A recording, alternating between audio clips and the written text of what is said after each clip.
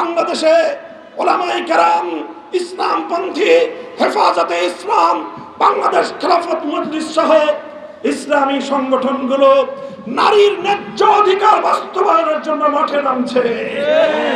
কাজেই নারী অধিকারের ব্যবসা বাংলাদেশে জমবে না। নারী অধিকারের কথা বলে আমার মা বোনদের ইজ্জত নিয়ে রাস্তাঘাটে ছিনিমিনি খেলতে আমরা দেব না।